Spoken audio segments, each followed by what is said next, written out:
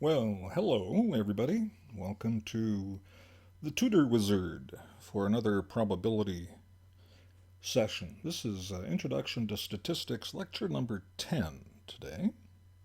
I'm your host, Tim, and actually cat dad to Annie, as you can see on the screen here, rocking the steampunk glasses. It was a vet visit. And of course, you got to protect kitty's eyes when you're using various diagnostic methods. So, anyway, I thought it was a pretty cool picture. And actually, Annie didn't mind it either, as vet visits go. Any of you who are cat parents would know that those aren't necessarily the most fun things to do, especially if kitty doesn't like having her claws trimmed. But this one's pretty laid back for a rag doll. But it's just ragdoll things. Most people wouldn't understand that. Ragdolls. Hey, I think I'm going to continue this cat avatar thing for a while. We have numerous cats in the conclave around here. Between Lorenzo, Adrian, and myself, we also are known as the Brotherhood of the Black Cat. You'll meet the Void in one of the upcoming episodes, I think. Anyhow, enough of this rambling on. We should get down to brass tacks. What are we doing today? We're going to look at Venn diagrams and probability examples go along with those, and then we're going to conclude by looking at the properties of sampling distributions, which should get you into pretty good position for midterm exams. That's usually the cutoff is usually for the midterm is usually around the end of probability. Sometimes they include sampling distributions, sometimes they don't. At least for the schools that I'm had experience with. Okay, so I'm using examples from a textbook I wrote a while ago, and I was going through them today, and I'm going, oh man, I don't remember writing that. So please bear with me if I stumble a little bit today, because these examples are a few years old, and I haven't spent a lot of time this morning reviewing them. But we're going to start simple and talk about the layout of a Venn diagram here. So what do we have here? Well, this is the simple version of a Venn diagram. We have the square, and if we think about this in terms of sets, the square represents, or the rectangle represents, all the elements. The circles represent subsets. And of course, the analogy to probability is fairly straightforward, I think. Whereas the rectangle, the universal set, then refers to the total sample space, and the circles represent the event space. So what do we have here? We have A and B. I'm going to alternatively call them sets. I'm going to alternatively call them events, because that's just what they are. So what do we see here? I should probably get my highlighter ready to go here, I think. That's probably wise. That's a little bit big. Let's go with a smaller one. There we go. Okay. So the universal set is everybody. But let's start at the inside, because usually when you're problem solving, you really want to, usually, there's exceptions to everything, you want to start at the inside. So the intersection of the events A and B.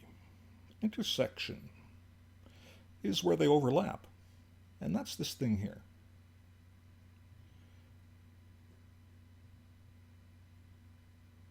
So what I'm saying here is that the probability of the AND event, because remember, let me get my notation thing here. So this is also the same as saying A and B. This is called the cap symbol if you're writing LaTeX.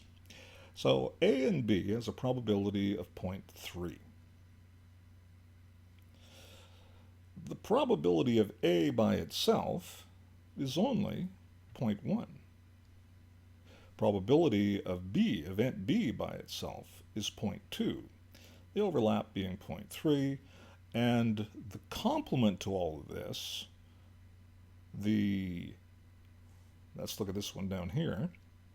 This is saying the complement to A or, because that's what this symbol represents, the complement to B is 0.4.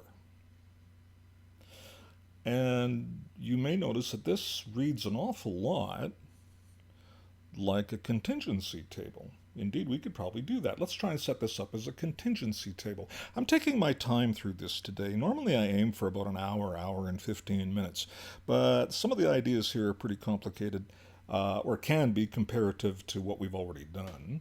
And I don't want to go so fast that I confuse you, let alone confuse myself, which is always a possibility. Because, rocket science, it's hard. Anyway, let's make a 2 by 2 table, and I'll show you how we can do a direct translation between those things. And I'm just going to try and make a quick and dirty little table here, nothing too fancy. But I'd like to keep it reasonably straight because I do have some artistic pride. Oh, this one's going to work out. I didn't misjudge the size. Okay, so there we go. Let's label this. So if this is event A up here, we'll call this event B. So the rows are event B, and the columns are event A. So what we have here, this would be A, this would be A complement, this is B, this will be B complement, all the way through. So what do we know over here? If we look at event A, or the intersection of A and B, we have 0.3. So that's what this one is. This is A intersect B, and this is 30%. And event B. Okay, now we got to talk about this here a little bit too. So this is. What am I doing with that here? Is this going to work? Actually, maybe this, I may not have included enough information here. Like I said, I'm a little rusty with this stuff, so just bear with me while we suss it out. What do we have here? We have 0.4, that's the union of the complements. And that would be an OR situation. Now, how are we going to do this? Yeah, I didn't include enough information here to set this up the way I want to. Oh, we got an ad running, so I'm going to take a moment here to think my way through this a little bit.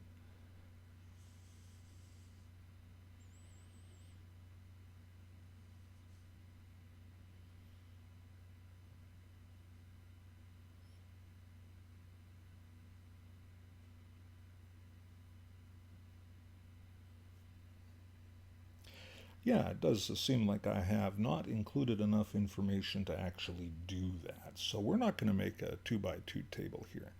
So I'm just going to make a note of that while the ads are running, and then we'll pick this up here in a moment. The ads are almost done. So, let's say, not enough info here. So we're just going to scratch that out. Okay.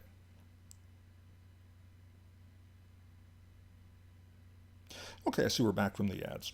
Okay, so I didn't include enough information here in this particular graph, or the Venn diagram, to make an easy sketch of the 2 by table that corresponds to it. Actually, I think I probably made a bit of a dumbass maneuver here anyway, so we're going to leave that as it is. But the point I want to get across then is, remember that this symbol here means and that's an intersection or an overlap. And when you want to join regions together, we have the universal set here, and we're using this symbol to represent OR. Okay, let's move on to something a little more detailed. Here's a 3 by. There it's up now. Okay, cool. I just wanted to make sure that was working fine. So here's the typical 3-circle Venn diagram, and I've labeled all the parts here.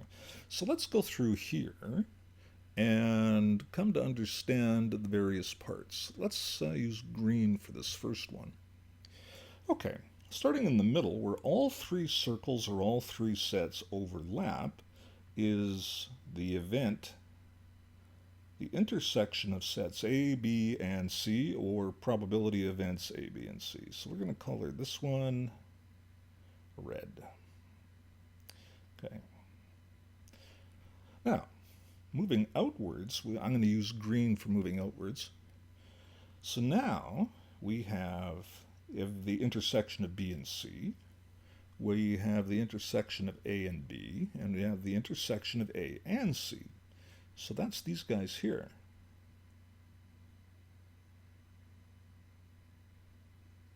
Let's shade that in. And this one here.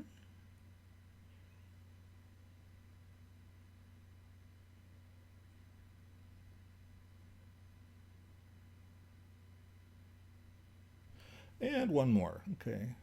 You can tell I'm not really an artist. You'll never see a webcomic by me because I just don't have the talent for that. A hard enough time just staying inside the lines. Anyway, so those are the regions where the events A and B overlap. That's this one. A and C and B and C overlap. And that just leaves the singleton events. So A and only A, B and only B, and C and only C. Can I get these guys? I probably have to use a little bit bigger color for this. Let's see what we can do. Am I using blue for that? No, we're going to use this one over here. I usually like to write in blue. So let's color in A. Can I get a bigger blob on that? How big is that one? Ooh, maybe. Yeah, we'll try it. Okay. So this... Okay, there we go. Any criticisms of my artistic skills are deserved and valid, so that's fine. There we go. And one more down here. Zoom, zoom, zoom, zoom, zoom, zoom, zoom. Okay. All right. King Charles has nothing to fear with my watercolor abilities. Let's go back over there. So that's the general layout. And of course, what do we have when the region where none of those subsets are involved? Well, that's this one here. The box, the rectangle, the square around the outside, is the union of the complements, where none of these pieces are involved. Now, I kind of doubt, in most cases, unless you're doing a probability course. If you're just doing an Introduction to Statistics course, this is probably the extent to which you're going to see complicated questions. Generally speaking, as I said earlier, there is no doubt exceptions to all that. Okay, let's look at a couple of examples here. I've got a lot of stuff on this page, so we're going to go through this in a reasonably controlled manner. Where's my highlighter? Let's use my highlighter for this one. Let's try that. Okay, so example 60. Using probabilities, we have the probability of A. So let's go through here and highlight stuff we need to know. So probability of A is 30%, probability of B is 50%, and the intersection of the two is 10%. So one of the things that went wrong with that first slide is the intersection was larger than the individual parts. So that's why we didn't really have that set up very well. Oh well, that's why I have the source code. I can always edit that later. How silly. Okay, let's go back over here. So first thing we're going to do is talk about this question in context of a table. And these are your typical 2x2 contingency tables. Now, what do we know? So what we want to do right now is I want to focus just on this table here. This is the given information table. Can I highlight this without spending too much time?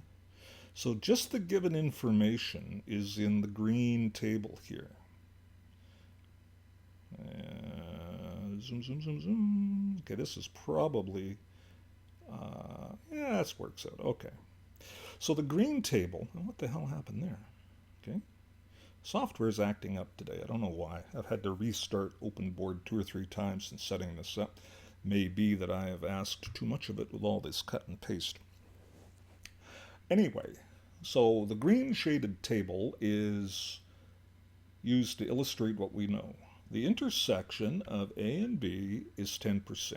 So there it is right there. So that's always going to be the crossover of a row and a column. The individual event A has a probability of 30%. So A here is this column, and this is the marginal probability of 0.30. Event B, likewise, is at 0.5, and that marginal is this row right there. And there's our 0.5. So this is a layout of the given information. Remember, these probabilities still have to make 100%. So now let's go over here to let's use red for this one. Make a bigger line too. I can do this a little bit faster. And that didn't work. Okay. Oh, I'm using the wrong. Okay, let's try again. Okay, we're using red. There we go. So now we're going to look at the red table. So the red table is after we use what we know from the green table to complete or to fill out the missing values. And we'll go back to blue. Thank you. Now remember, the rows and the columns have to sum to their marginal probabilities. So for column A, I already know that the intersection of A and B is 0.1, that's this one here, and that the total has to be 0.3. So a little bit of arithmetic, we find that 0.2 solves that problem. Now for the event B, its row has to sum to 0.5. And of course we still have the 0.10 or the 0.1, so 0.4 fulfills that requirement. So that handles that. Now what about the missing value? Here, and here, and here. Well, just like the arithmetic has to make sense for rows and columns, the marginal probabilities on the outside all have to add to 1. If we know that this is 0.5 and we know it has to add to 0.1, then it's logical that 0.5 is the missing value for the complement of B. In the same argument, then, I know that 0.3 is the marginal probability for A, so its complement must be 0.7 to get our total. And with that in mind, we can fill out the last value. So we talked about this in detail last time, and this is just another discussion of it. I'm just feeling a bit more artistic today. And, well, artistic's doing some heavy lifting, I think, on that comment. But anyway, let's move on. Let's look at the first question here. Number 1, what's the probability of event A or event B? I'll use my marker for this. Now there's the formula for this on your formula sheet, and that formula is right here. That's the OR formula, or the addition formula for independent events. Probability of the first event plus the probability of the second event minus the intersection of the two. Now recall that we have to subtract the intersection of the two because if you look here in the green box, in the green table, when we drew the column and the row, we went through the cell labeled yes and yes twice. So we're subtracting that double count. So when we do that, we end up with 0.7 right there. 0.3 plus 0.5 makes for 0.8, but there was a 10 percentage point double count, so we have to subtract that once, and we get 0.7. Now what's the probability of event A only or event B only? The words here matter. No, when it's stated like this or words to that effect, there's no overlap. So if there's no overlap, then we have to isolate what portion of A is A only. And that's what we're talking about down here. Here is the probability of A only, but of course A only, I'm going to make a hell of a mess here. A only is this 0.3. But that contains point 2 and point 1, but I want the unique only. So let's get rid of point 1. That's why we're subtracting back here. Boom. So that's what that statement means. We have to do the same for B, so we get that. So just to highlight what's going on, we're subtracting a portion of the marginal probabilities for A and B. And when we do that, we get 0.6. What is the probability of neither event A nor event B occurring? So this is the complements, the sum of the complements. And let's see, we need to move this around a little bit. A nor B. Okay, so we end up with 0.9. Whoopsie doodle. Yes, I said whoopsie doodle. You can mock me if you want on that. I did quite enjoy The Simpsons when they were funny, and no, Ned Flanders is not my spirit animal. But oopsie doodle speaks to my inner nerd, I suppose. I don't know. Anyway, I like the phrase, so you'll hear it again, I'm sure. Anyway, so the sum of the complements. And remember, there's a double count, so we end up with that. And there we go. Now, how do we turn that into a Venn diagram? Let's see what we have going on. Did I put it on this slide? No, I did not. I guess it's on the next slide. Oh, there was one more piece of this too. Sorry, my bad. What is the probability of events A and B not occurring? So that, worded slightly differently, now that's just the intersection. Let's just go back here for a quick reminder. The intersection of node A and node B is 0.3. Words are hard, don't you know? That's how we get that. Okay, now I wanted to illustrate the Venn diagram for this. So let's move this up a little bit. We need the hand tool. What do we have here? This is better. Yeah, this is what was wrong with that first slide. I had the largest of the probabilities in the center, and that didn't make sense with the probabilities in the unique events. So that was a dumbass maneuver on my part. I can always edit it. Anyway, what do we know? Now, probability of A is the total probability for event A. But remember, event A consists of two pieces. Probability that you're uniquely in A, and then there was a portion that was shared between A and B. You'll notice that this number, whoops, wrong tool, there we go, let's go back to blue. This value and this value sum to 0.3, which is what we had for the marginal probability of A.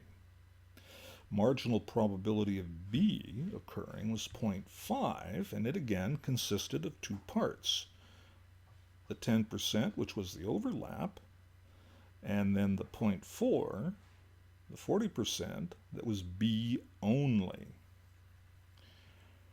Now, what is the intersection of those two? Well, we've already figured that out, didn't we? That was 0.30. We had that, oops, hand tool, right up here. We've already figured that out. Okay, well, we're going to come back down here anyway. So there we go. Now, what do we do with all this?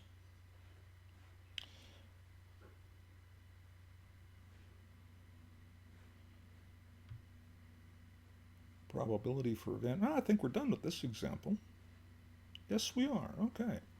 Not a problem. And let's just double check something here. Remember, probabilities should add to 100%, right?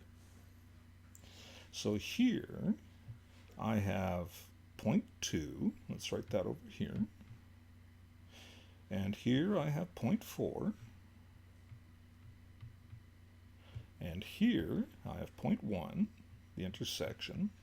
And these represent the probabilities of A, B, or some intersection of A, B. But what about the stuff that's not involved with event A or event B or set A or set B? Well, that's this guy here, and we get 0.3, and this should be 6, 7, 10. Boom. There we go. Okay. Let me just check something here. And hey, we're good. Okay, cool. Just wanted to check. I'm just checking the chat, and I see everything's going fine. And now, there we go. I want to get back to where I was before. Come on, you. Done. There it is. Okay, we're rock and roll again. All right. Enough of that. Moving on. Now, let's have a look at this one. Okay, where is the question? Oh, this is continuation. This is, okay, so this is just the continuation of what we were talking about. Why is that there? Oh, I think I have a slide screw up. Oopsie doodle. So what happens, I was kind of rushing this morning, like putting this stuff together, and this is out of order. No, you're out of order. Previous. All right, so that was the computed solutions for this. My bad on that. My apologies for that. Anyway, we can skip that slide. Yeah, because this, we just did this. We just did this. No biggie. All right. Yeah, there's our 30%. All right. Yeah, that's that should have been in the previous. Okay. Next. Example 61. Oh, this is going to go quick today. I didn't think this was going to move as fast as it is, but it is moving along quite handily. All right. This should appeal to the heart for any math nerds out there, which I would assume would be largely, there's an assumption. The subset of people watching this stream who have to take statistics that also intersects with the subset of people that just like math is not 0, but it's not 100% either. So here we have a monthly book club. Their report is listing the results of the latest surveys and percentages, decimals, however you want to talk about it, of who liked the following books. Newton's Folly. We'll label that with capital N. Cauchy's Conundrum, capital C. And Riemann's Last Resort, capital R. What is that sound I hear? Yep. There are math nerds choking on their tongue as we speak. Anyway, N was liked by 38% of the respondents. 42% liked Cauchy's Conundrum. And Riemann's Last Resort was enjoyed by 43%. 13% liked both C and R. C and N was liked by 10%, and 8% liked R and N. All three books were enjoyed by a paltry 5% of readers. I'm not right about that. I mean, philosophically not right. Mathematically, it seems to be okay. So we're going to sketch a Venn diagram using the given information and then figure out some percentages. Okay. Now remember, some of these are total values and not go directly into the diagram. And we'll use some other information to determine the diagram with the desired answers, and remaining given information is. Okay, so what were we told? So here's the layout. Remember, all 100 people, 100%, is represented by the big rectangle. And the individual circles are the different books: Cauchy's Conundrum, Riemann's Last Resort, and Newton's Folly.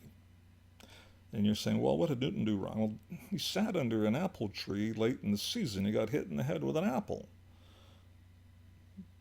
Couple that with the fact he stared into light that was being broken up by a prism. I mean, that's got to be hard on the retinas. And then let's not get started about his efforts in alchemy trying to turn shite into gold. Yeah, he was a bit out there in some contexts. So you'll see that we have here, dead center, I need my pen again, come on you. So here is the percentage of people who liked all three books. The percentage who enjoyed Cauchy and Riemann is written here, because that's the and. The 10% here is Cauchy and Newton, and the people who enjoyed both those. And Riemann and Newton, there's our 8%. Now, what can we do with that? Let's move on to the next slide. I think it's the next slide, or did I put it down below? No, it is the next slide. So there's what we have so far, and if you're working along, you probably want to jot that down. Let's see what we go on the next slide for this one. Next slide, there we go. So, Newton only. Those who liked only Newton, only C, and only R. We solve the Newton percentage first, and Newton only. So we know that Newton's book was liked by 38% of readers, but that includes all the intersection values, so we need to subtract those to find out who only liked Newton. So here's the original 38%. We had 5%, so people got counted twice here, right? And there's the ones who liked all three, and these are the ones who liked either Cauchy or Riemann as well as Newton. So when we subtract that, we get the 15%. So were we to label this, we can go back here and put in a 0.15. Now, we'll do the same thing to suss out Monsieur Cauchy, although I've heard some people call him Cauchy, but I'm pretty sure it's Cauchy. Looking at you, Adrian. Looking at you. All right, so there's the 42%. Remember, we get that from the initial information. Let's just to remind you where that came from. That comes from right here. Okay. Now, here was the intersection of all three, and then we've got the intersection of Riemann and Newton. A little bit of subtraction, and we get 0.14. I'm just going to back up and put it in there just because I think I have already done this on the next slide, but we'll leave it there for now anyway. Now, what about Monsieur Riemann? No, we can't say Monsieur Riemann. Herr Riemann. 43% enjoyed his book, but we have to subtract all the double counts to get 17 for the only value. And that's this one here. Boom. Now, for those who didn't like any of the books, we have to go 100% minus the sum of all the other values. And then we should get what we want, which is the people who have no mathematical sense of humor, which is a whopping, I mean, the arithmetic is laid out. So this, let's go on here. Come on, pencil again. You'll notice I've got these bracketed in case you didn't, if you don't see that. This is the sum of the values we have so far. So we get 100% minus that, and we get 18% disliked all three books. And where would we put that? We would put that here. Need my pen for that. Bazinga. There we go. Okay. Well, I say I don't have any hate mail yet about making fun of the three shining lights of mathematics, specifically the calculus, but they had their hands in other pies too, so to speak. Especially Newton. He had his hands in a lot of pie. Yeah. Maybe I'm jealous, maybe I'm not. I don't know. Let's look at this one. I'm going to move this up a little bit. Okay, here's the three-piece table, three-circle table. So what we have here right now is a table of probabilities and the information to properly place them in our Venn diagram. So let's go through this. Use the marker again. The intersection of events A and B is 12%. The intersection of A and C is 8%, and the intersection of B and C is 9%. Okay, so those are the intersection of two circles. So that doesn't really tell us anything yet about the center. We're getting there though. What else do we know? Well, we know the union of the complements is 0.21. And the union of the probabilities, the marginals, the individual events, is 0.45. Now, let's see if we can put this all together. So you should probably move this up a little bit.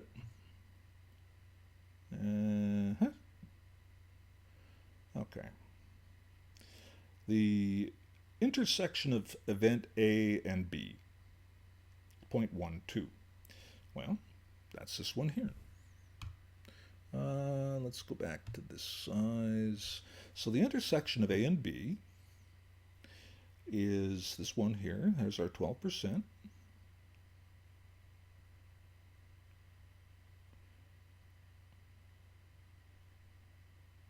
All right, that's easy enough. Now, the intersection of A and C is 8%. That's this one here.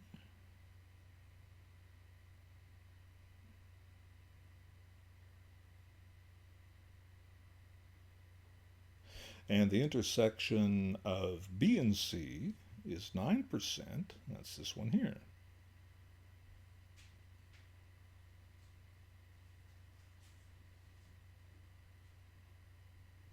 Now, what else are we told? We're told the blue at the top of the page, you can see it right here, is the sum of the complements, the OR, the addition, 0.21. That's the box. And we know that the sum of A, B, and C is 0.45, but we can't write that down anywhere because there is no place to write it down. Those individual parts, when I'm talking about the individual parts, what I'm talking about is this piece, and this piece, and this piece means that A plus B plus C has to be 0.45. Now let's see how to get that.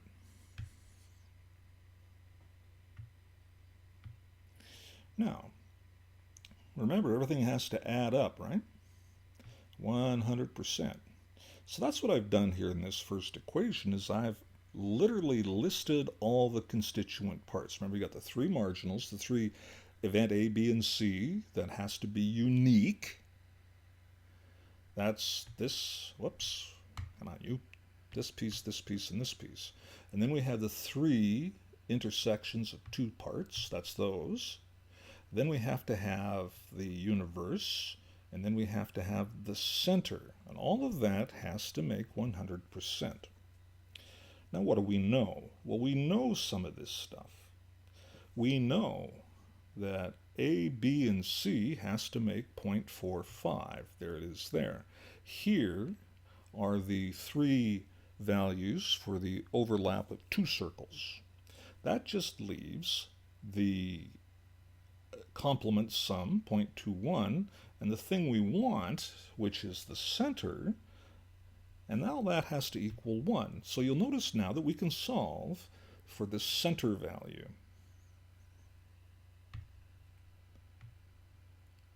And what do we get? 5%. Everything else added up to 0.95.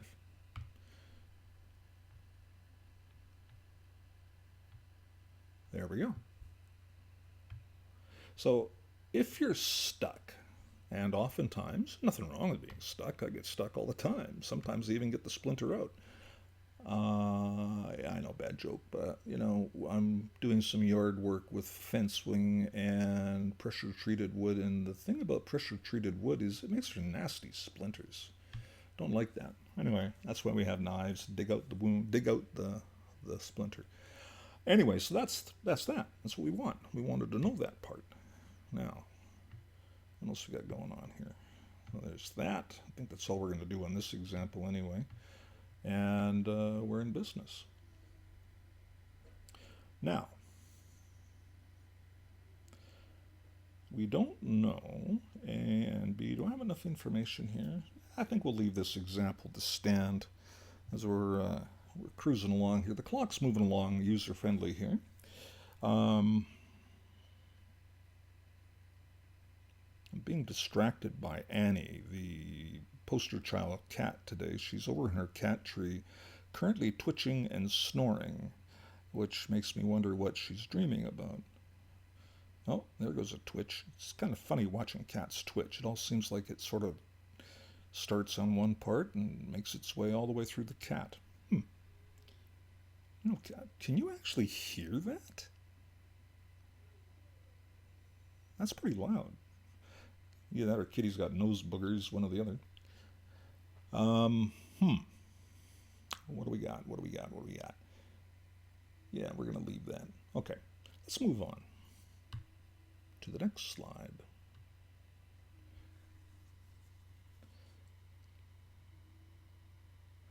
Problem 65. The total probability of event A is 0.4. Okay, let's highlight that. What color is that going to be? Looks like we're using red this time. Okay, total probability of event B is 0.38. Let's use the word total here, right? Right? Total event for C is 0.5. Venn diagram shows the remaining probabilities. What's the value of the missing one? Okay. So let's look at event A. The total probability for event A, that's this guy here, has to be 0.4. But what do we know? Well, we know A only is 0.14. We know A and C is 0.12. And the intersection of A, B, and C is 0.8. So all those contribute along to 0.4. Now, let's move this around a little bit.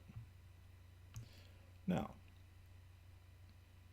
again, just like we did before, we start by writing down what we know.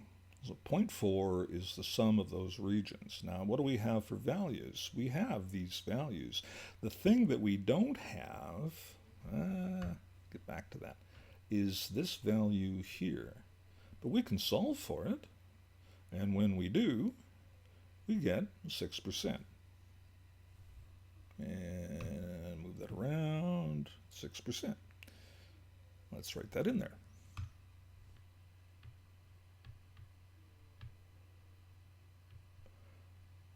There we go.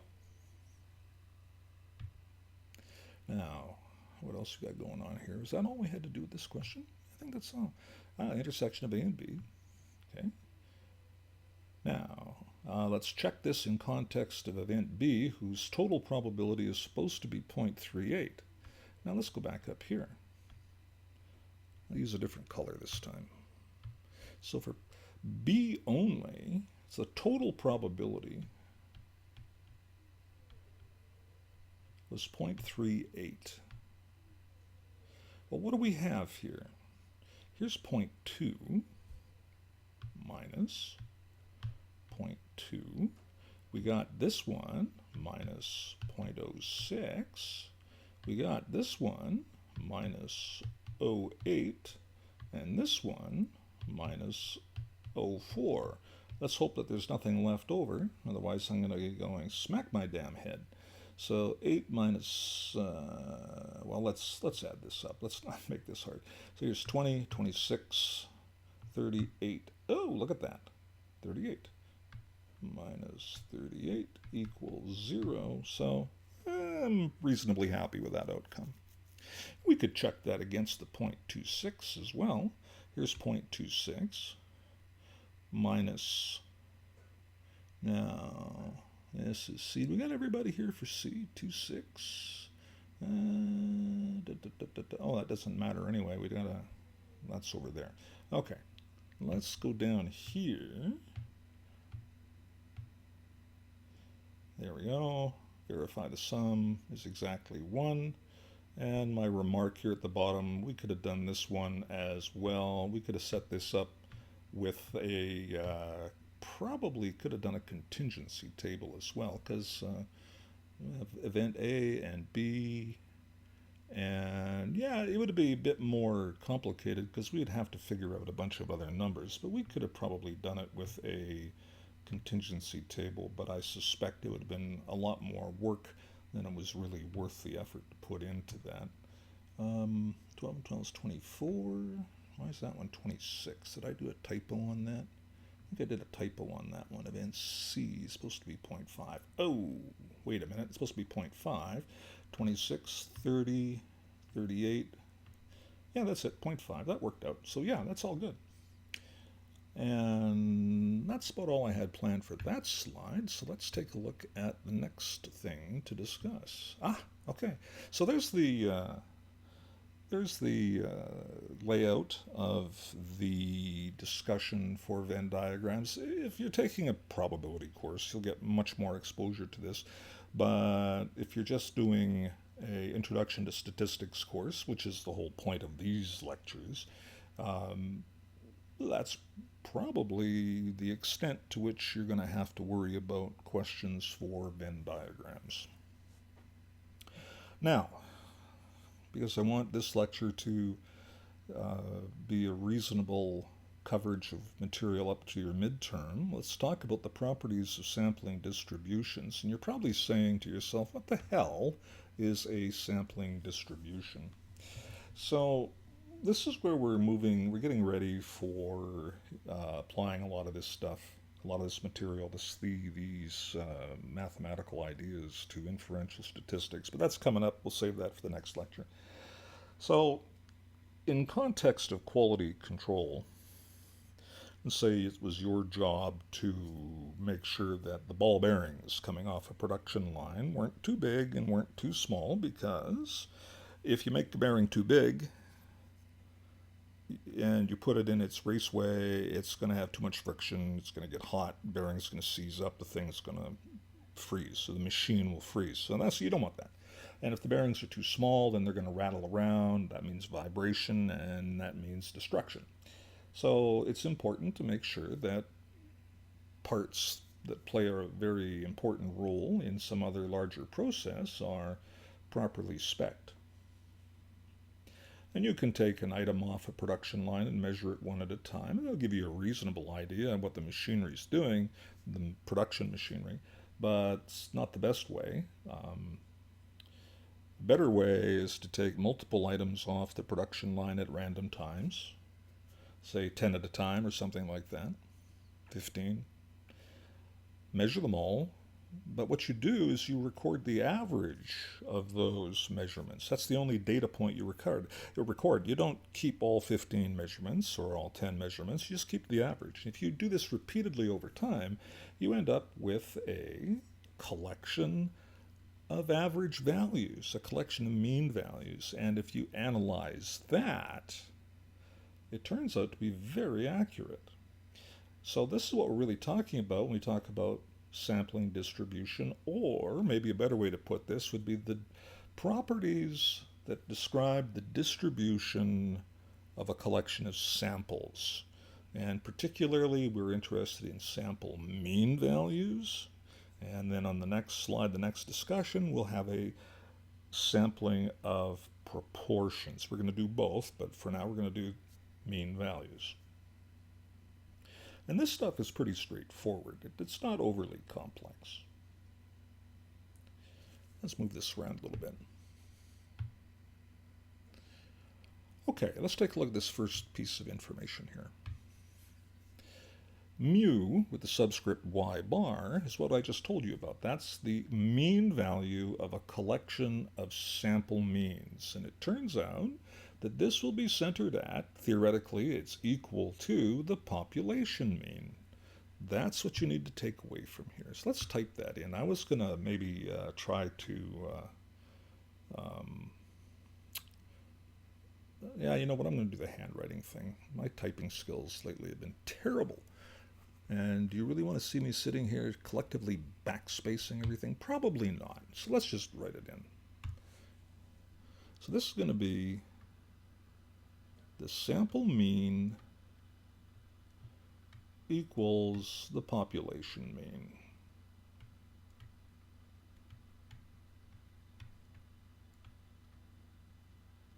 So if I said to you that the sample mean for your collection of ball bearing samples was 10, 10 millimeters in diameter. It's a big ball bearing. What do you expect the population mean to be? Well, we would say 10 millimeters. Just that. If you know one, you know the other. But of course, there's always going to be a spread. Any distribution dealing with parameters of means has a spread. And we call that the standard deviation of y bar, and that's property number 2. And property number 2, then, the numerator is the population standard deviation.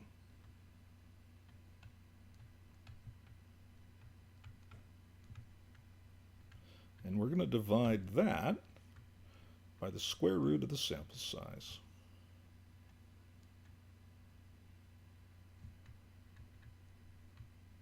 Boom. Now, oftentimes it's mentioned that this is accurate up until you start sampling very large. Usually the cutoff for accuracy is about 10% of the population size. Now, in many circumstances, we can consider the population to be infinite, or so large that if we were going to sample large, we might as well just call it a day and do a census. So usually the cutoff is 10%, but the only time that's going to be a problem is if you are already working with a population that's small. Here in Alberta, the province here in Canada, there are around, historically, this is old data now, probably about 15 years ago, I remember seeing a report saying that there was about 550 grizzly bears still roaming the wilds. And it's not hard to capture and tag 55 of those. So that's where the 10% would crop up. You could oversample. But then again, theoretically, you could probably do a census. Of course, I'm not sure I'd want to spend all my time trying to find, tranquilize, measure 500 and some grizzly bears, because that's probably not going to end well for somebody, somewhere. So anyway, the idea is that as long as you don't get crazy with sample size, then this approximation is perfectly valid. Now, what about property number 3? Well, property number 3 is pretty straightforward. If the population is known to be normally distributed, I'm just going to write n dist here, then a sample of any size, we'll say, well, if you're going to have averages, you need 2, right, or more. So n greater than or equal to 2 will have the characteristics, have the properties of the normal distribution. Sample of size will also be normally distributed. Not rocket science, really, when you think about it. If you're sampling zebras and you've got a herd of zebras and you catch 10, well, they're all zebras, right? Unless there's a horse in there pretending, trying to pass, being a trans horse. Okay. Now, here's the central limit theorem. This is the one that maybe I'll try to talk Adrian into do the complex mathematics to prove this sometime. But what do you do if the population is unknown? The distribution of the population is unknown. You don't know how it behaves. Or you do, and you know that the population is not normally distributed. Warhorse 09 statistics with yes, hello, and E to the raid, right on. Hey, greetings, folks. We're doing sampling distribution properties today, and I'm kind of chewing my way through some of them here. Welcome to the Tutor Wizard, everybody. And just so our new folks, we have a new cat. We have a new mascot today. I've been bringing in the family cat. So this is Annie. Her name is actually Anniversary. My wife and I got her, I think it was on our 29th anniversary. It's been too many now. Anyway, she's your typical rag doll, complete with the Neapolitan nose. You see, we got white ice cream, we got strawberry ice cream, and we got chocolate ice cream. So, yeah. And that's Annie at a visit with her sexy steampunk goggles on. So that's welcome, folks, and welcome to my cat world. Anyway, let's go back to where we were. Yeah, I thought Anniversary was a unique name. Conversation on the chat going on right now. So Annie is currently sleeping in the tree across from me. And about 10-15 minutes ago, must have been in REM sleep because she was dreaming, she was vibrating with twitches, and probably had nose boogers because she was snoring up a storm too. Got her toe beans out at the moment. I'm trying to get some pictures of toe beans for the next lecture. You have other cats around here too. You haven't met Abigail yet, who's a real shite disturber, and Callie, who's the old lady of the crew. But they'll be on screen in the future, because we all know the internet and cats. It's just a match made in heaven, like Reese's peanut butter cups, chocolate and peanut butter together again, like cats and the internet. Carrying on, sorry folks if you're trying to study and I took a side trip into the world of cat worship. Anyway, what do you do if you don't know about the distribution properties of your sample or the population you draw your sample from? Well, this is the central limit theorem. Here's where one of our magic numbers comes in. So we can say if the population has an unknown distribution, so if the population distribution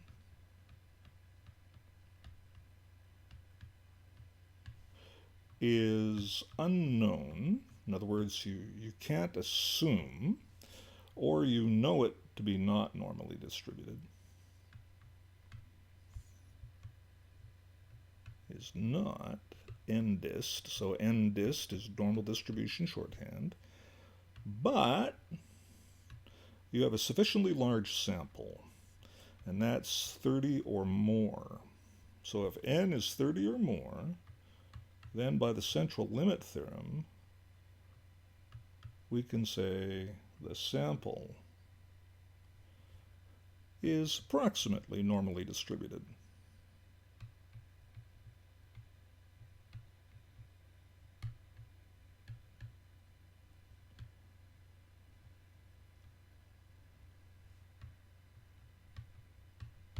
Boom. There we go. And just a quick question, Lorenzo, are you watching our chat today, or watching our stream? If you are, just send me a note, will you please, on the chat? I would appreciate that when I ask you to do something. Now, I want to summarize these four properties with a picture, and that means I need some room. So let me move this up a little bit. So what I like to do with this topic for my students, you are. Last couple times we've been doing this, we've gotten raids, but I'm not talented enough to run the stream and find a raid channel. So I'm coming up, I got one more topic to talk about. I thought maybe we could pass our viewers off on, we could raid somebody else when we're ready to wrap up. Is that doable from your end? Now, while Lorenzo's taking a look at that, I'm going to make a picture. Now, let's use black for the base. All right. And we'll do that. And we'll do this. Okay, so there's the x-axis. You need to be the moderator, I believe, in order to raid others. Okay, so that comes back to me. I'm not set up for it. So you know what? I'll try to set that up next time. And I do appreciate E to the Pi bringing us to a raid, and I think we should return the favor, so I will set that up next time I do a stream. just return the favor to people. Now, let me move that around a little bit. It's not exactly where I want that. You come down here a little bit. There we go. Okay. Now, what I'm using the black ink for is the black ink represents the population. So black is population. And here I'm illustrating a normally distributed population. Now, what do we know about that? Well, we know that there's a center. And what do we know about that? So we're going to say, so from property number one, whoop, that's not the right thing to do. I got the wrong tool again. All right, so what do we know? Every population has a center, mu, and it has a spread, which is sigma. And I wrote the number 9. Okay, there's sigma. Now, let's use red to represent the sample.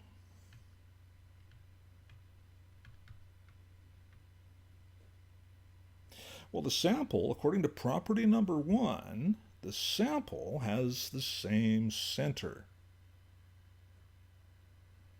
I'm just going to put that right like that. So there's basically in the same place, maybe a little off a little bit because there's always a bit of a standard deviation, right? So mu is equal to the mean of all those y bars. And there's a spread to the sample as well. And that spread here is property number 2. This is sigma divided by square root n. And this thing is valid for n, well, for any n actually, n greater than 1. You've got to have a sample, right? You need a mean value. Oh, I can do that. Raid channel name in the chat to do it. Thank you, e to the 2 pi. Appreciate that. Maybe I'll get Lorenzo. Would you find a suitable channel for us to raid, and then we'll do that. Now, actually, I probably can't do that on my phone because I'm not logged in as moderator. Dang it. Yeah, there we go. Raid, e to the 2 pi, right on. I would have to bring my browser up in the background. You know what, I'm going to do this next time, e to the 2 pi. Do you run, are you just do you run your own stream that I could raid? Or, you know what, we'll figure this out. Anyway, so what we see here, this is property number 1, property number 2, and property number 3 in this picture. The black represents a normally distributed population. The red is the properties 1, 2, and 3 of a sample of y bars, and it also has the typical bell curve. Now, what happens when number 4 applies? Oh, you can do that. Right on. Please do that. I would appreciate that if you would, because I'm going to make another picture here, and I still haven't done the properties of proportions yet. Okay, well, that should have been black. Whatever, it's blue today. Okay, so now here's a non-normally distributed. Ooh, look, chi-square. Ooh, look, red. It's a shiny red ball. Ooh, look, squirrel. Okay, so here we're using blue is our population distribution. And as before, it has a center, mu, and it has a, okay, that didn't work worth a darn. Trying again. It has a spread, sigma, okay? But we'll use red again for sample. Whoops, I missed, no, I got my sigma there. Okay, red is sample. Now, this is for n greater than or equal to 30. There is a corresponding mean value. right there. So mu is equal to mu of all those y bars. And, oh, okay, let's try that one again. We also have another normal distribution. And this has a spread. Okay, so we got, this is property number 1. This thing here is sigma over square root n, property number 2. So what do we have here? What do we have at this picture? We have properties number 1, number 2, and number 4, because our sample size is sufficiently large. Ooh, Don Does Math will be streaming at 2 p.m. Mountain Time. That may not be soon enough. Yeah, it's 1:14. Yeah, I might be done here in about 10 minutes. But anybody who's got a suggestion, just throw it onto the chat, because Lorenzo's watching that. He's our tech whiz guy. And our linear algebra dude, too. So I'm still trying to talk him into doing some statistics with linear algebra, because if he isn't going to do it, I'm going to do it. But I'd rather he did it. Oh, we got an ad running here. That'll give me a chance to get set up for the next one, actually. Actually, everything's already set up to go. Anyway, this is these two pictures, I think, make a pretty darn good mnemonic for keeping track of how properties of sampling distributions work. Now, let's go to the next slide, which is proportions. And we'll wait for these ads to run out, because I don't want to start yakking here until this is ready to go. Oh, you darn tootin'. We'll do some linear algebra, you bet.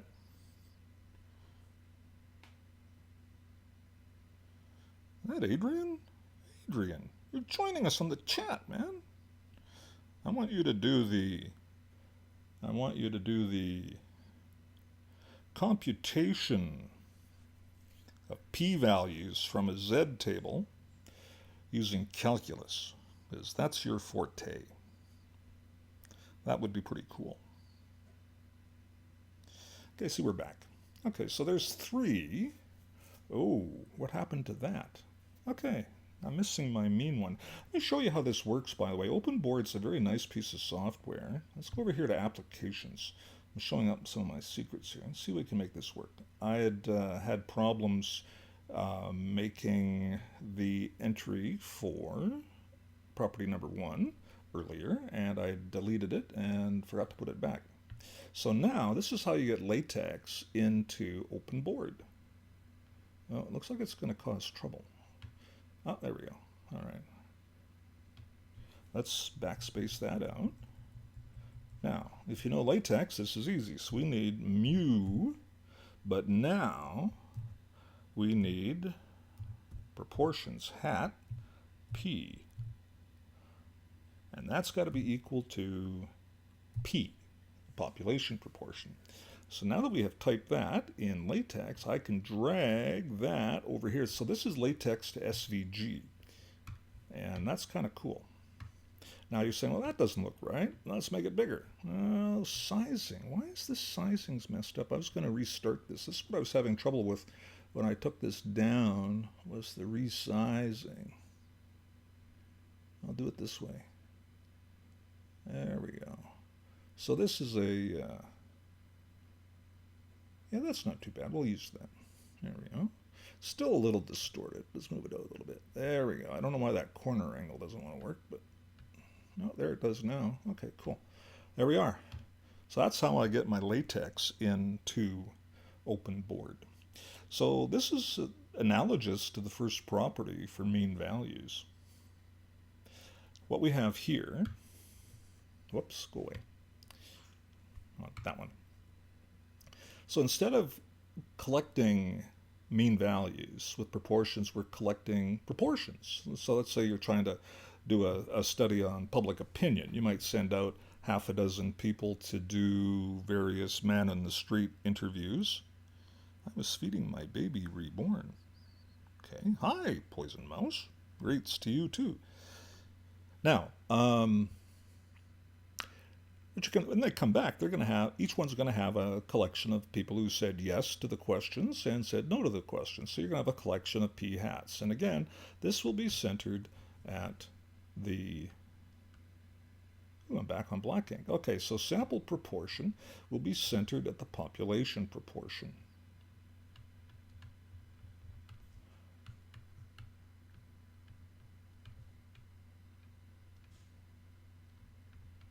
Boom, there we go. Now, as always, there's some spread. Anytime we have things like this, if you have a mean value of something, you have spread, and we calculate it using this formula here. Now, just as a note, sometimes that's a P naught, depending on who wrote the formula sheet. I usually just use P, but the point is that's the population proportion. Later on, when we get into differential statistics and we start talking about confidence intervals, these will be P hats. But the point is, for now, it's the population proportion. And that's pretty straightforward. P is your success condition, or in context of the public opinion type survey, P would usually represent those who said yes, and that means 1 minus P must be those who said no. And you'll find repeatedly that P and 1 minus P go hand in hand. Now, sometimes this is Q, depending on, again, who wrote the textbook, who wrote the formula sheet. So the other way this could end up being then is P times Q over N. It's the same thing. Don't panic. Now, what about property number 3? And there's only 3 properties here. There isn't 4 like we had with the mean value one. So let's talk about this. And we'll do a sample calculation to illustrate it as well. How do we know we have a sufficiently large sample so that we can say that our analysis is based on a approximately normal distribution? Well, we can do this. We'll say the sample proportion will be approximately normal. Approximately normally distributed. I just can't write all those syllables, okay? If we have a minimum of 10 yes conditions or success conditions and 10 fail conditions. I'm just going to use the word no again. Now you're thinking, well, that's not too bad. It's only a sample of 20. This, unfortunately, is only going to work if P is 0.5, and that means 1 minus P is 0.5. So the further we get away from that even break between 50-50, the bigger the sample size has to be. You see this mathematically if we write this out. So in other words, n times P has to be greater than or equal to 10, and n1 minus P has to be greater than or equal to 10. Now I'm going to say I have seen some textbooks where instead of 10 they use 5. In my opinion, that's way too small. And I've seen other discussions where the recommended size is 15. So, as typical with statistics, more is better. So, if it was up to me and I had to be sure, I might use the 15 instead of the 10. But currently, the university I'm working at, we're using the magic number of 10 successes and 10 failures. However, just to be aware that there's some different numbers floating around out there. Let's do an example of this, by the way. Let's say n is equal to 30 people, and we're going to say P is 0.2. I'm not going to break it up. We'll use 0.2. So what happens there? Let's check this. Is this big enough? Well, we're going to have 30 times 0.2. Well, that's only 6. And that's not large enough. It doesn't matter what n times 1 minus p is. The sample size here isn't large enough. Yes, we could reverse engineer this formula to find out, and we're going to do a formula calculation later on about sample sizes. So let's leave n at 30. But now we're going to change p we'll double it to 0.40. So now we're going to have 30 times 0.40. Well, this is 12, and that's big enough, but we should always check the other one, right? So now we got 30 times 0.6, and that's equal to 18. So now here's a case where both the success condition and the fail condition are the same, or not the same, they meet the criteria of minimum of 10. And now we can proceed. Okay, those basically are the properties for sampling distributions, and they may be on your midterm. If they're not, they certainly will be on your final exam. Let's go back here to the first page. I'm going to wrap up there today. I want you to meet Annie, our mascot today. I'll get rid of the Neapolitan nose boodles. There we go. That's one of our rag dolls here at Casa Tim. That concludes our Introduction to Statistics lecture number 10. We talked about Venn diagrams, did some probability examples with those, and we talked about the properties of sampling distributions. Now, I think we're going to be on again later today. Oh, Jasu, hey, 1998, welcome. You heard linear algebra, you're right. I was again trying to convince Lorenzo. We got to get his system up and running here to do some statistics using linear algebra. So yes, you heard it through the Ethernet. Yeah, we're going to try to do some technical troubleshooting on that. I have a couple of ideas. But regardless of that, I believe Adrian, and if all goes according to plan, we'll be back on again here this afternoon, in a couple of hours anyway, as the push towards 1,000 integrals continues. And I think we're also going to have a history of mathematics additional lecture tomorrow as well. That's the game plan, but as always, game plans can change. Now, what am I doing on the next chit-chat for statistics? Well, that means we need to start talking about inferential statistics. So what we're going to do next time we get together is we're going to go over the ideas of null and alternative hypothesis testing in general. What does it mean to have a statistically significant result? And items like that. I want to lay a good groundwork, and then we're going to beat the heck out of the topic with lots of examples. So, what time is it now? Here on Central Time. Are we on Central Standard? I think we're on Central Standard. It is, I have 1:26 p.m. That's what time it is now. Now, do we know if we can hand off? Yeah, it is Mountain Time. That's right. Lorenzo, can we hand off to another math stream? Do you know? Dawn streams in about 30 minutes. Dang, I don't have anything ready to go. I mean, I could probably rabbit on about something. You know, one of my oh dear, here we go. Okay, something I've been I'm waiting for Lorenzo to get back to me about that, but one of my pet subjects, I've been studying this 35 years, 30, yeah, at least that, is the hidden secrets of nuclear weaponry. And was back when I was much younger, I did want to do a research project on fallout from the Nevada test site in Canada. Let me show you what I mean by that, and then we'll talk about a few other things. Let me make a line here. So this is the 49th parallel. And this is the border for British Columbia. This is the border for Alberta. This is the border for Saskatchewan. Here's the border for Manitoba. Great Lakes are over here. The Nevada test site is down here. The Americans blew off many above ground nuclear tests here. Not the big ones. The big ones were all done in the Pacific. But prevailing winds would have the particulates, the fallout, usually went like this. But occasionally these winds would blow fallout like this.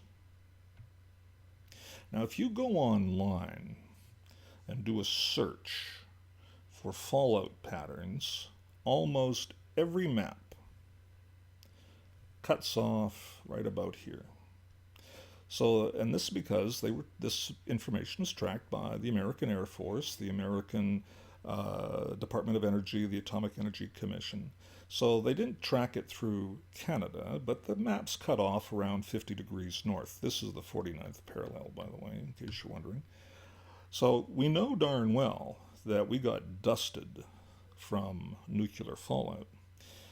But you try to find information from the Department of National Defense in Canada or the Canadian Nuclear Regulatory Agency about fallout patterns. They guard this stuff with zealousness. I tried in the 90s, early 90s, to get information. And it was, well, I didn't have the funds because I was still in school and I had Bambino #1 here now too, but I would have had to travel to Ottawa to the National Archives to do personal research, and I just couldn't do it. But you try to talk to people and find out information, it's almost like it didn't happen. No, no, no, no. It's just almost hush, hush, hush. You think the Americans and their conspiratorial-minded citizenry think their government is hiding stuff. You haven't tried getting anything out of the archives in Canada. Let me tell you about that. Anyway, the point is I grew up right about here.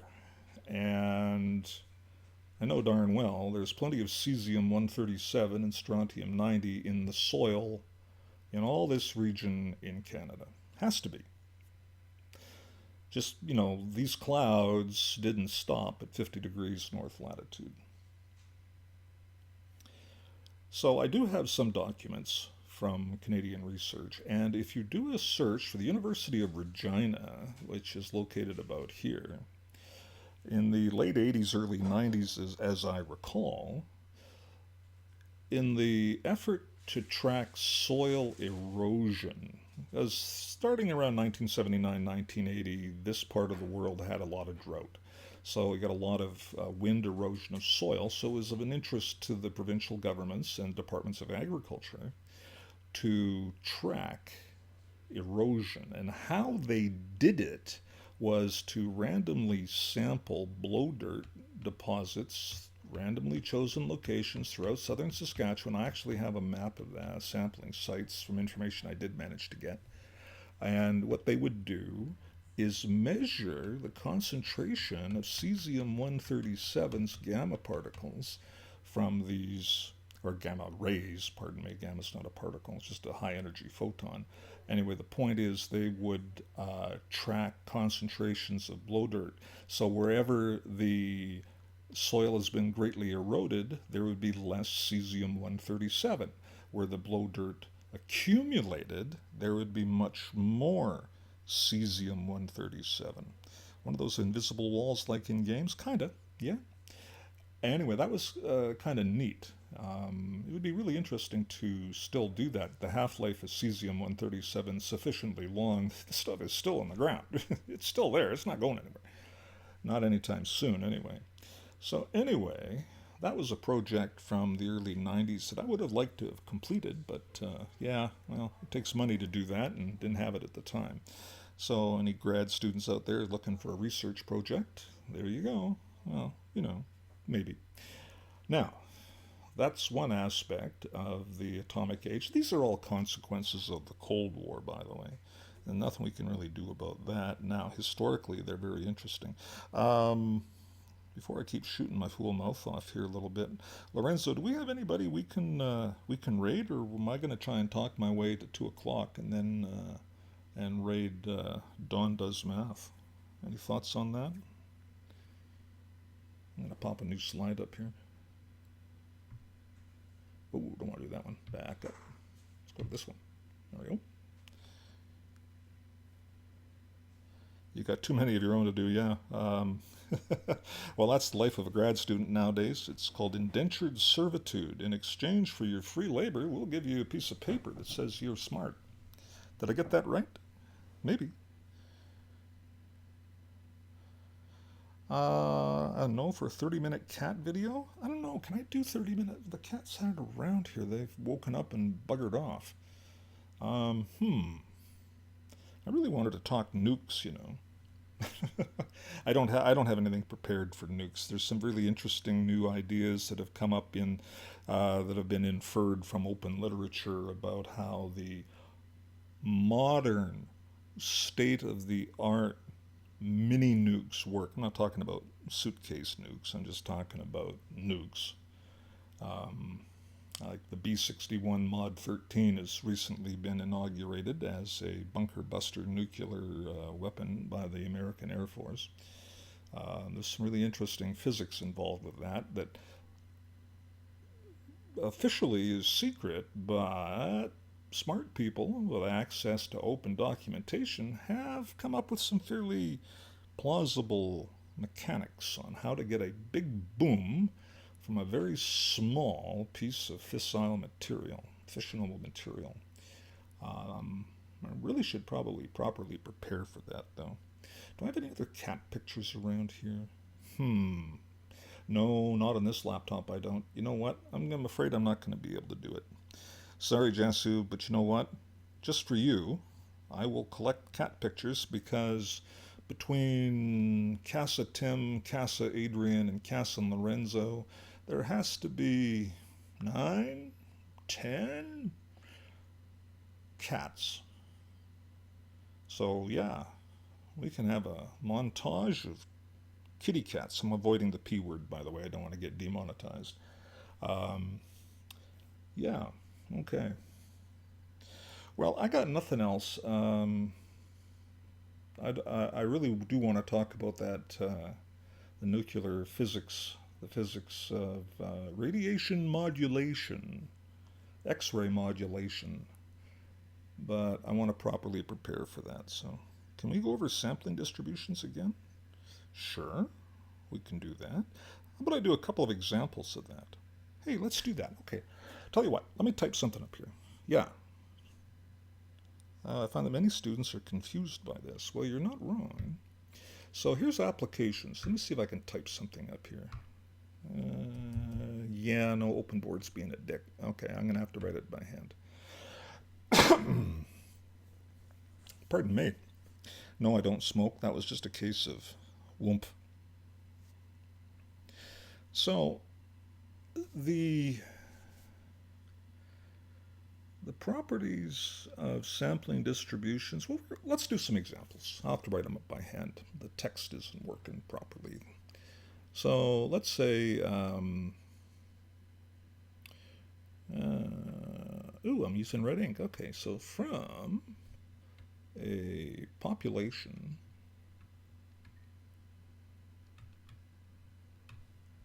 known to be normally distributed. So I'm using this terse math notation.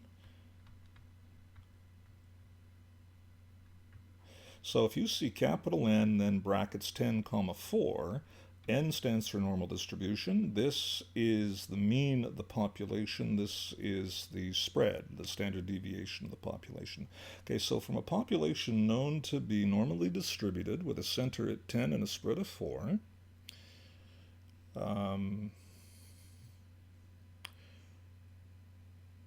and a sample size of 49. I better find a calculator. Oh, that's my multimeter. We don't want that. Yes, I tend to be a bit of a nerd.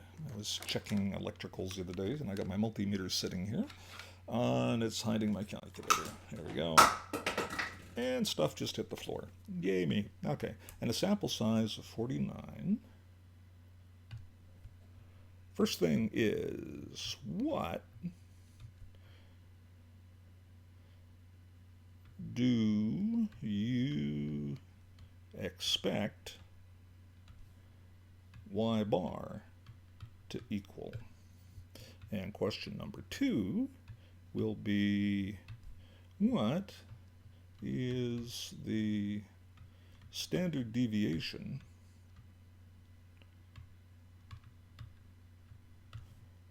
of the sample? Okay, we can do that. Now let's change colors. That red's really annoying. Okay, what do we expect y bar to be? Well, by property number 1, for the sampling distribution properties for means, if the population has a center at 10, then y bar should be 10 as well. So this is property number 1. If you know the mean of the population, then you should have good knowledge of what the mean of the sample will be. If they're not the same, well, that leads to a further discussion, but they should be the same for what we're talking about here. Now, what is the standard deviation of the sample? This is property number 2, and that means SD of y bar is going to be sigma, population standard deviation, divided by the square root of n. Well, this is sigma, so we have 4, and the sample size was 49. So this is 4 over 7, which should be about 0.43 unless I miss my guess. Let's check that. 4/7. 4 divided by 7 is, did I ever miss? That was 3 over 7. Yeah, okay, I'll bear my own shame and leave that up there. It's 0.5714. There we go. That's the standard deviation of the sample. What you notice then, if you've done calculus, as n gets larger and larger, then SD of y bar has to get smaller and smaller because this is a constant and this grows without bound, then the limit is 0. But that's calculus. We don't need to worry about that. But that does give you some insight as to why we don't want to sample too large. That's why that 10% rule is there. Let's look at a new page here. Now, when to use n-1? When we're doing the t-test. When we're doing t. Well, we'll do one now. We'll do one. We'll do that here. Because that's degrees of freedom. I don't know if I may have illustrated degrees of freedom. Let me do an illustration of how to understand degrees of freedom, and then we'll do a t-test. How does that sound? Because so many different things in science and mathematics, some of the degrees of freedom are, and I like to say, well, this is the number of ways you have flexibility in analysis. So here's a discussion on that. See if this works for you or not. Not the only way. We'll talk about then how many parameters did you compute. So for the standard deviation of a sample, you don't need it. Well, the way we do it at the school I'm at, we just use the n. But there are formulas that do incorporate n-1, Jesse. So I'm not going to say you don't do it. It depends on the rest of the formula that this is a part of. But the examples I'm going to use, we're going to have square root of n. But there are formulas, there are methods where you do the n-1. So I'm not going to tell you not to do that, because that would be the wrong thing for me to say. Just go with what you're being taught and shown, because that's what the person marking the stuff is going to want to see. And I'm not going to get you in trouble.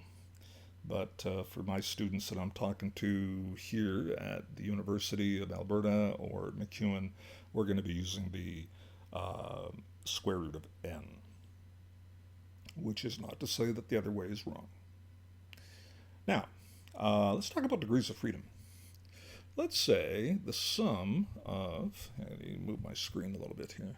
Let's say that the average value of 4 numbers is 60. And that is n1, n2, n3, n4 divided by 4. Now, that fraction's a pain in the ass, so let's multiply by 4 and get that to the other side. So now we have 240. n1, n2, n3, and n4. So what I'm saying is that I can pick any 4 numbers I wish. As long as those 4 numbers add to 240, I'll still get an average of 60. Makes sense? So let's do a let statement. Let's let n1, and I'm probably going to go 1, 2, and 3, but the order doesn't matter because, as you know, addition is commutative and associative. So let's let n1 be 50. Okay, we do that. So now we have 240 is equal to 50 plus n2, n3, and n4. Well, let's keep all the numbers on one side, so we'll move 50 to the other side. Now we have 190. And then it's n2, n3, and n4. Now I still have choices. Any three numbers I choose, along with the previous 50, still going to give me an average of 60. Not a problem. Now we're going to let n2 equal 100.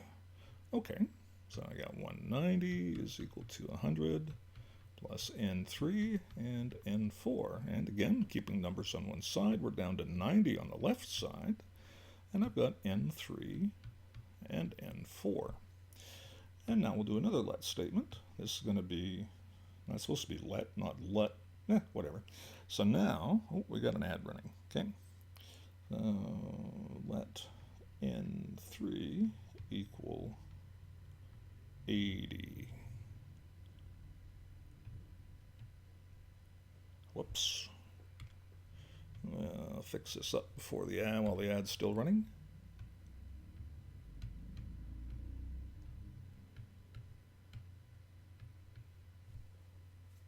Okay, how much we got left to go here? Oh, we got one ad left to go, and then we're back, so that's cool.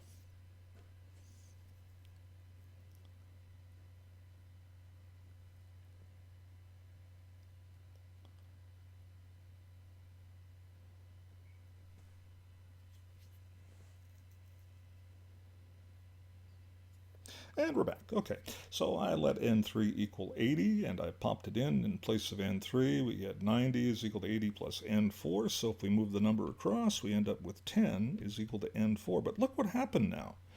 I was able to choose 1, 2, 3 values and still consistently get a mean of 60. But by choosing those 3, in other words, I was free to choose those 3 values. The 4th value is chosen by my previous choices. This was fixed by n1, n2, and n3. So, degrees of freedom, when there's one parameter, df, n minus 1, that's where I'm getting my 3 degrees of freedom. The last number, the last value in this computation is determined by the previous choices, so my freedom to choose is always going to be 1 less than my total number of options, or total number of, total size of my sample. Now, that's one way to understand this. Now, what's hiding behind, or what hides behind the more mathematical statement says that degrees of freedom is n minus the number of calculated parameters, or the number of parameters that you estimate. Well, remember that y bar is an estimate of the population mean, mu. So I'm estimating one parameter with y bar, so that's why I'm subtracting 1 from the sample size. I've seen textbooks talk about it in that manner, so you may encounter that discussion if you were to ask your prof, well, what is degrees of freedom? But I like the numerical example because it quite often you can watch students go, oh, that makes perfect sense. Lights go on. So if you just explain it, well, it's just the sample size minus the number of parameters. What's the matter with you, knucklehead? You're not doing anybody any favors. I suppose my impersonation of some's not doing anybody any favors either. Anyway, I was going to do an example, so I guess I can make 2 o'clock with this. This isn't a problem. So this is degrees of freedom. It gives you an understanding of degrees of freedom. Just a quick note on that. You may say, well, 1 is n minus 2 degrees of freedom. Well, if we're talking about simple linear regression, we have a collection of points, point pairs, right? If you just put 1 observation on your scatter plot, there's an infinite number of lines that you can draw through that. And they're all equally valid. There's a line. There's a line. Here's another line. These all make sense. They're fine, right? And I didn't want to erase that. Okay, well, I did. Oh well, no biggie. Now, let's redo the picture. So I had a dot here. Now let's say I have a second observation. And then I have a third observation, and a fourth, and a fifth, and a sixth, and a seventh. And well, I'll use 7, so n is equal to 7. But the definition of a line is a segment that, we need 2 points, right? It's an artifact construction between any 2 points. Well, that means I could have a line through these 2 points, or a line through these 2 points. So you need 2 points to make a line, so the degrees of freedom will be the number of observations minus 2. So here we have 5, because I can use any 2 of these points to make a straight line. That's another one of our conversations. If you think about analysis of variance, and you think about in terms of parameters, we'll get to that eventually. The degrees of freedom for the number of samples is samples minus 1, because each sample is one computed parameter, which is its average. Let's not go there. I don't want to jump that far ahead. We'll get to it when we get to it. Let's make a new page here. Okay. Now, let's see here. We have, let's say we sample. We sample 64 people from a population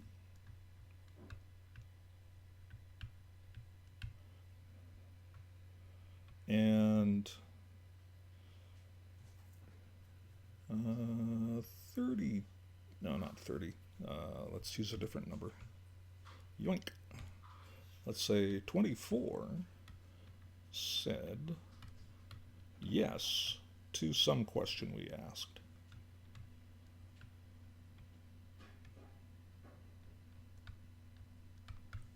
All right.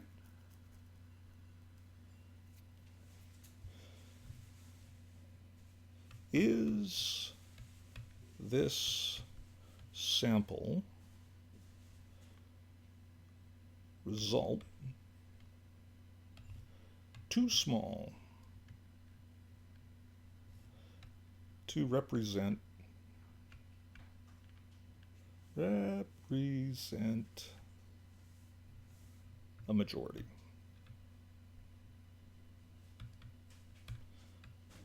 Okay. Well, we're talking about a success condition. That implies this is a proportions question. And the way I've got this set up essentially is going to be a hypothesis test anyway.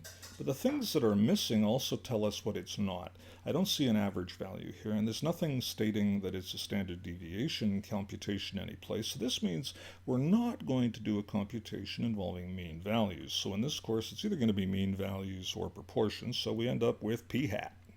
There it is. Now p hat is the success condition x divided by n. So success was 24, and n was 64, and unless I've screwed this up, this should be 0.375. So that's the percentage of people who said yes. Now a majority is 50%. So the null hypothesis, and just bear with me, we're going to talk about the hypothesis testing in the near future here. So the null hypothesis is always the hypothesis that there's no change. There's nothing going on. Nothing significant is occurring. So we're saying that p is 0.5. And the alternative hypothesis is, now, Is this sample too small to represent a majority? Well, you know what? I'm not going to prejudge this. We're going to use a does not equal sign here. It's not 50%. And we'll use alpha at 10%. So if you're saying, what the hell is alpha? It's the level of significance. And what we're going to do, if you're not familiar with this, is when we're done our computation, we're going to look up the p-value from our z-score computation and compare it to the level of significance, alpha. If our result is less than or equal to alpha, then we say we have a significant result and we have evidence to reject the null hypothesis.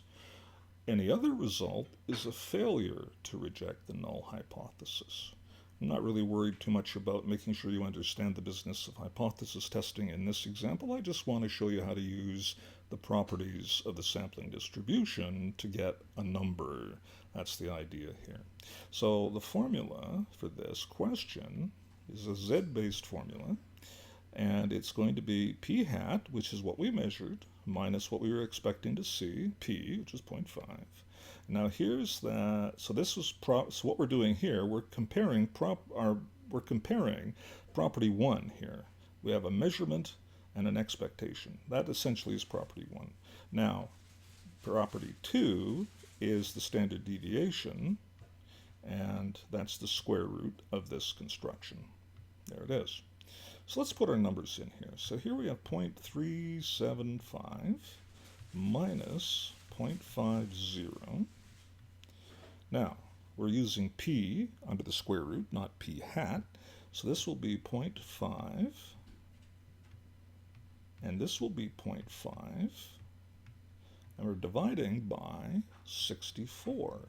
Now, one of the things we can do right now is ask, do we have a sufficiently large sample to say that this is a normal distribution, or at least our sample follows and has behavior like a normal distribution?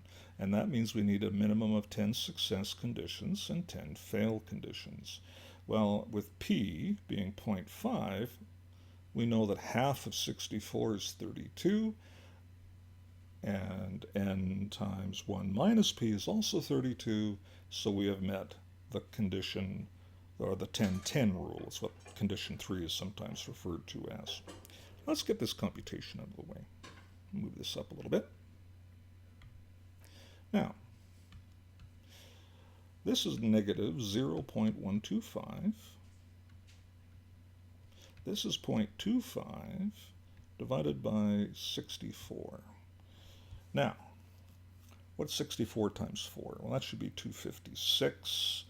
And so it'll be 1 over 256. So this is going to be negative 0.125 divided by the square root of 1 over 256. But 256 is a perfect square.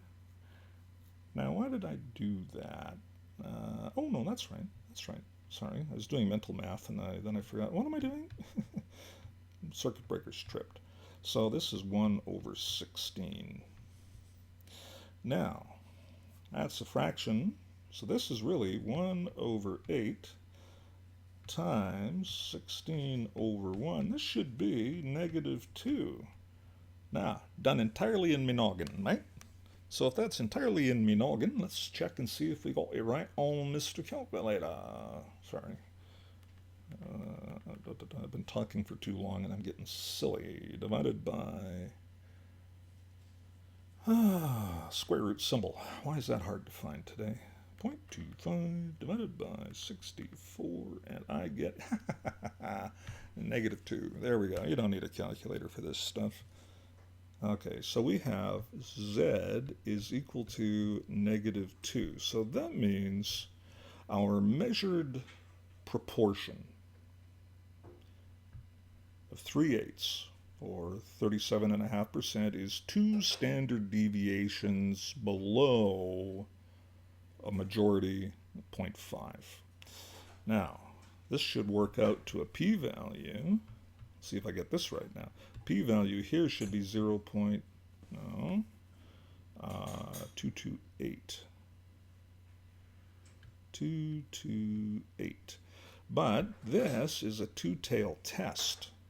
Whenever we do a does not equals, we have to go 2 times the p-value. So this should be 0.0456. Let me just check this on my calculator. I should be right, but should be's don't get correct answers all the time. Statistics, distributions, 5. Normal distribution, boom. Lower bound is that. Upper bound is that. And that is that times 2. And yeah, there we go. So there it is. Boom. That's our p-values. Now, just to set the stage for future discussions, since the p-value is less than the level of significance, we say there's evidence to reject the null hypothesis. Now, the null was that our sample was sufficiently close to be the same as the majority, but we're rejecting that at the 10% level of significance, so 0.375 is significantly different from 0.5, and that's how the rest of the course is going to roll out. Don is online. Great. Okay, why don't we do a handoff? I'm going to leave it there. This is an example of stuff to come. This is probably what we're going to start with on the next stream, is going to be hypothesis testing, getting everything set up to understand it, and then we'll roll into proportion questions. That's what the near future brings. Lorenzo, if you want to type us off or get us off into that, that would be great. And if you would let me know when we've handed it off, then I'll end the stream.